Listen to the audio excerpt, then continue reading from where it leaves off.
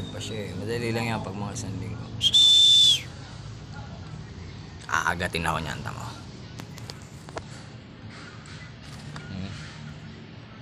Nakakagulat. Pero isprayan mo siya ng malamig para kumalma siya. Mainitin ang ulo niya eh.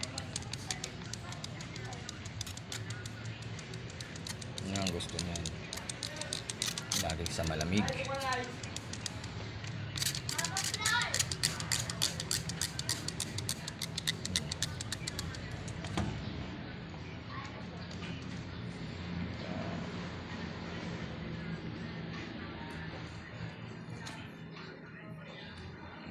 Diba?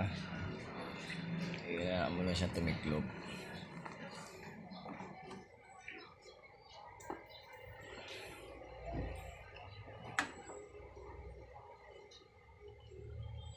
Active pa eh. Araw-araw ko nga hawak.